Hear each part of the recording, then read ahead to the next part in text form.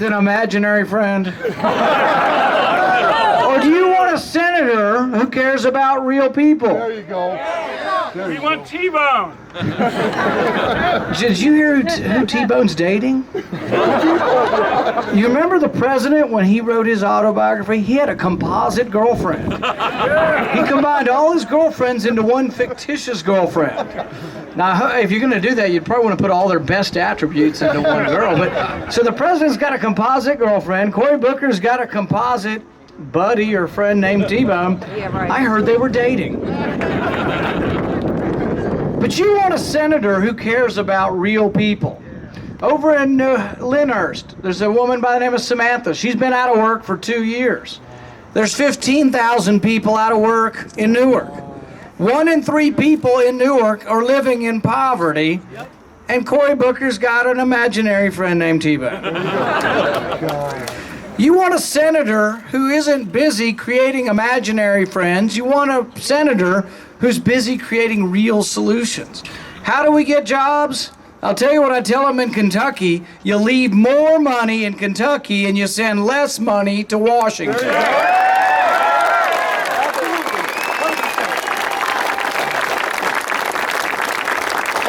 There are 2 arguments for why you minimize government. The first one I call the liberty argument. Thomas Paine. There you go. Government is a necessary evil. What does that mean? Doesn't mean government's bad. We just had somebody who went to West Point. His kids are all serving our country. My nephew flies the P-3 in the Navy. They're good people defending our country. We have to have government.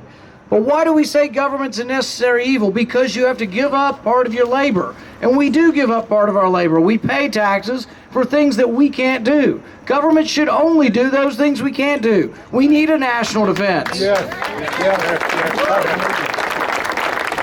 But it's the argument for why we minimize government. That's the liberty argument, because you want to give up as little of your liberty as you have to. You want to keep government minimized.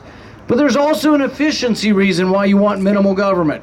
Milton Friedman talked about this. Milton Friedman said, nobody spends somebody else's money as wisely as you spend your own. And I can tell you from being in Washington, they have no clue. Horrible. We know that. It doesn't matter whether it's $100 or $100 million or $100 billion. They have no concept. Horrible. It's not their money. And they've got a printing press, so why do they care? There you go. They say, absolutely, we cannot withstand this sequester. The president says, oh my goodness, the planes will crash. The meat will go rancid. There'll be no meat inspectors. We'll have to lay off the air traffic controllers. And it's like, really? The first people you're going to lay off in a $4 trillion government are going to be the air traffic controllers? Who put you in charge of our government? But it turns out that it wasn't true. They said they were going to have to lay off all these government employees. Every one of the agencies that said that, turns out it wasn't true. Because there are other areas of cutting. I told the president, I've been telling him this for 2 years, I sent him a letter. He doesn't respond. Get him out. I sent him a letter and I said, Mr. President, if you simply don't rehire the people who retire from government, that's $6 billion a year. It's been a year and a half since we passed this sequester. Just not rehiring people would save $9 billion. He's killing us. If you would have competitive contracts, you scratch your head and say, surely they have competitive contracts. Well, they do, but yeah, under the competitive contracts, you have to pay wages that are union scale wages that often don't reflect the local wages in your market. So if you want to build a school in Clark Township, you may have to spend the cost that it would be to build it in Manhattan. Does that make any sense? No. None. So I go through all this, and the president, he doesn't respond. My feelings are hurt. He never writes me back. He never returns my phone calls. Get it off. So I thought I'd give him a few more colorful examples of where they could cut money without cutting the air traffic controllers or without shutting down the White House tours. So I told him about a study. There was a study of $325,000 spent on a robotic squirrel. These scientists wanted to know whether or not a rattlesnake would strike a squirrel that wasn't wagging its tail. But they couldn't get a real squirrel to volunteer. So they had to do a robotic squirrel. And the robotic squirrel, sure enough, A rattlesnake will bite the you-know-what out of a robotic squirrel that doesn't wag its tail. $325,000. $500,000 was spent developing a menu for Mars. There you go. And if you've got a 26-year-old kid who's living in your basement and and he doesn't have a job yet, it's a perfect job. Your government will pay $5,000 stipend, 2 weeks, all expenses paid in Hawaii, this is where they did the study, to study a menu for Mars. So you know what a bunch of college kids came up with after 2 weeks? Pizza. So $500,000, we've now got a pizza menu for Mars. We've got a robotic squirrel. We spent $1.8 million in Homeland Security on developing roll-up beef jerky. Now you can say I like beef jerky, but roll-up beef jerky. We spent $1.8 million. We spent $5 million studying the collective action of fish. We spent $8 million on Homeland Security in Fargo, North Dakota, and I say if the terrorists get to Fargo, we might as well surrender. It's sick. People say, oh, you're not willing to spend any money. They say you opposed money for New Jersey. You wouldn't spend money on Sandy. It's a lie. That's right. I introduced an amendment to spend $9 billion for the first year and to revisit it after a year and to take that money from money we're spending building bridges in Pakistan. Yeah, right.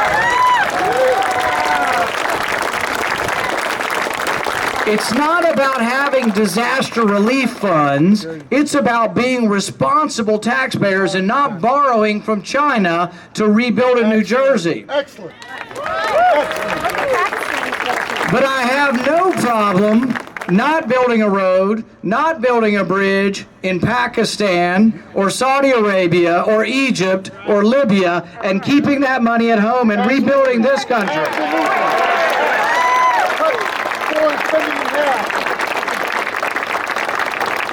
Cut it in half. Steve Lonegan can win, and he only wins in a blue state like this if you go out and you turn every friend out and then make some new friends and turn them out also. But Republicans can win in New Jersey the same way Republicans can win in a presidential election if we become a bigger party. We need a party with ties, without ties, with ponytails, without ponytails, with earrings, without earrings, with tattoos, without tattoos, black, white, brown. We need a party that looks like the rest of America, and we can be that party. Look at the issues that are affecting the cities. Look at the issues that are disproportionately affecting African Americans in our country. Crappy schools. Incarcerating people for 5, 10, 15 years for youthful mistakes, nonviolent youthful mistakes. People say African Americans are being denied the right to vote by driver's license. You know where they're being denied the right to vote? They're being put in prison as felons for nonviolent drug crimes and kept there, and for the rest of their life it ruins their life. I'm not saying I'm for your white kid or black kid or brown kid using drugs. It's not a good idea. But I'm saying a youthful mistake should not keep you out of the marketplace, able to get a job, and it should not prevent your right to vote for the rest of your life when you didn't hurt anybody but yourself.